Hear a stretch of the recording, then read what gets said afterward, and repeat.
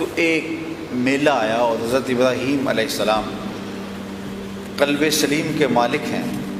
اور جوانی کی دہلیز پہ قدم رکھ چکے ہیں، تو لوگوں نے آپ کو دعوت دی تو آپ نے فرمایا کہ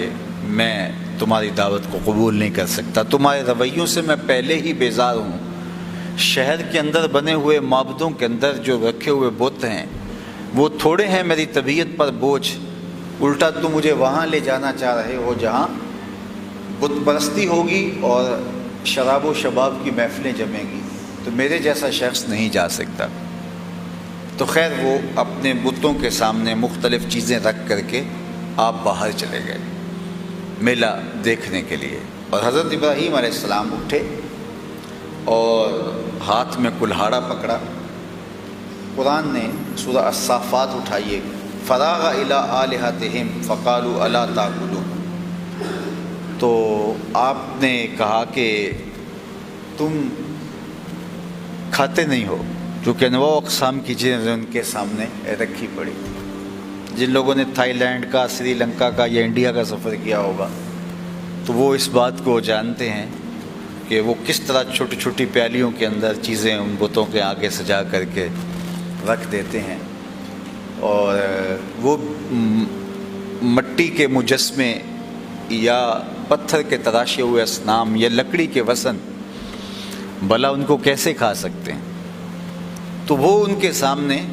تبرک کے طور پہ ان کا عقیدہ جو تھا اس کے مطابق انہوں نے رکھے ہوئے تھے۔ اب حضرت ابراہیم جب داخل ہوئے تو دیکھا کہ طرح طرح کے کھانے ان بتوں کے آگے رکھے ہوئے،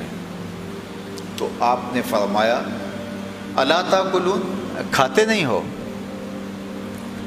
ما لکم لا تنطقون، اب وہ کیا جواب دیتے؟ تو پھر کہا تو تم بولتے بھی نہیں ہو، بات بھی نہیں کر رہے۔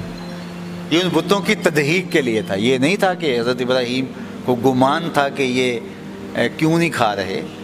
بلکہ ان کی تذلیل کے لیے، ان کی تدحیق کے لیے، ان کی بے بسی کو بیان کرنے کے لیے آپ نے کہا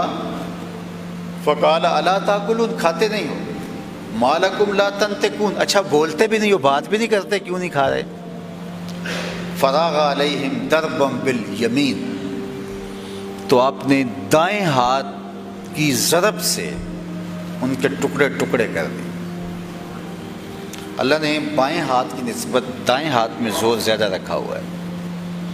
تو ویسے تو ہمارے پنجابی میں کہتے ہیں کھبے ہاتھی بھی پئی ہوئے تھے، وہ بھی جو ہے اس سے بھی طور جو ہے وہ دوسری طرف ہو جاتے ہیں،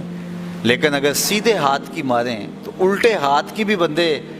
کے ہوش اڑا دیتی ہے، لیکن سیدھے ہاتھ کا زور زیادہ ہے۔ تو اللہ تعالیٰ جل شانہ نے یہاں جو لفظ بیان فرمایا حضرت ابراہیم کے اس جاہ و جلال کو بیان کرنے کے لیے، فراغ علیہم ضربا بالیمین، تو دائیں ہاتھ سے کلہاڑا آپ نے پوری قوت کے ساتھ مارا اور ان کے ٹکڑے ٹکڑے کر دیے۔ فاقبلوا الیہ یزفون، تو کافروں کو اس کی طرف جو ہے وہ آنے کی جلدی تھی، وہ پلٹ کے جب آئے دیکھا سارے بتوں کا تیا پانچا ہو گیا ہوا ہے۔ دوسرے مقام پہ اللہ تعالیٰ نے ارشاد فرمایا کہ ان کے ٹکڑے ٹکڑے ہو گئے، چورا چورا ہو گئے، جب آپ نے اپنے کلہاڑے سے ان کے ٹکڑے کر دیے۔